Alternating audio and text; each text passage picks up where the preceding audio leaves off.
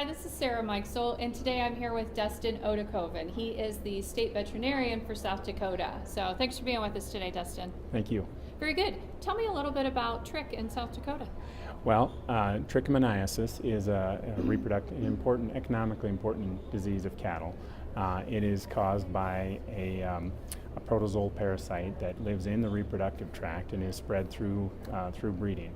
And so typically what happens, you'll have an infected, it could go either way. You have an infected bull that goes undetected and passes that parasite on to the cows that he breeds, and then the cows typically will become bred, and then after a time an inflammation sets up in the reproductive tract. She aborts the embryo, and at that point that's where the economic loss comes in. So typically a producer might notice more open cows in their herd than normal if they're preg checking, or they might notice cows coming back into heat again during the reproductive season.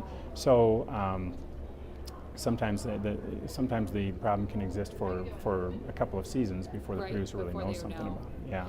So how are producers using diagnostics to work on this as a problem? Yeah, well, in our state, we ended up with a large number of herds that were affected in about 2005, and overwhelmingly the cattle industry came to the Animal Industry Board, our state animal health agency, and asked for rules to be put in place that would help to control the spread of Trich.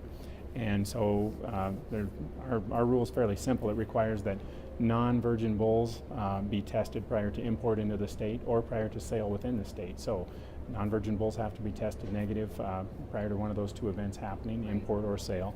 And we also restrict the sale of open cows for breeding purposes, either importing it into the state or selling those cows within the state. So we don't have a good diagnostic test for cows.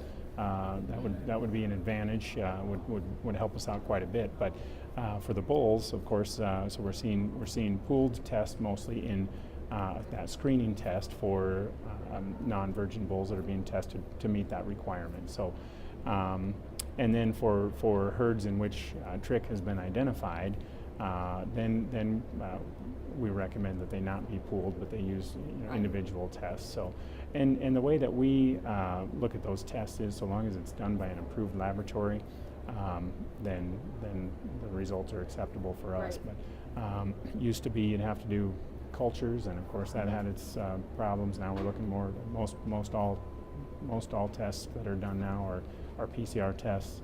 Right. So the speed, you get the speed of the results, yep, right? Yep, and we have confidence in those results. Right. So, and is diagnostic testing improved or lowered, I guess, your rate of Trich in South Dakota? Well, yeah, diagnostic testing and the regulations. Yeah. What we saw was a dramatic drop that went into following the implementation of our rule.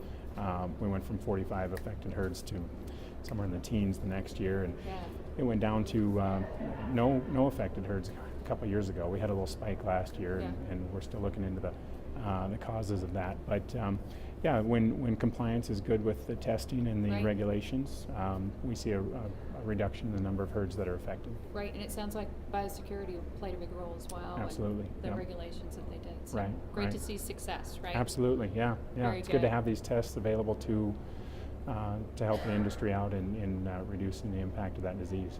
Very good. Well, thanks so much for all the information. Thank you. This is Sarah Mikesell reporting.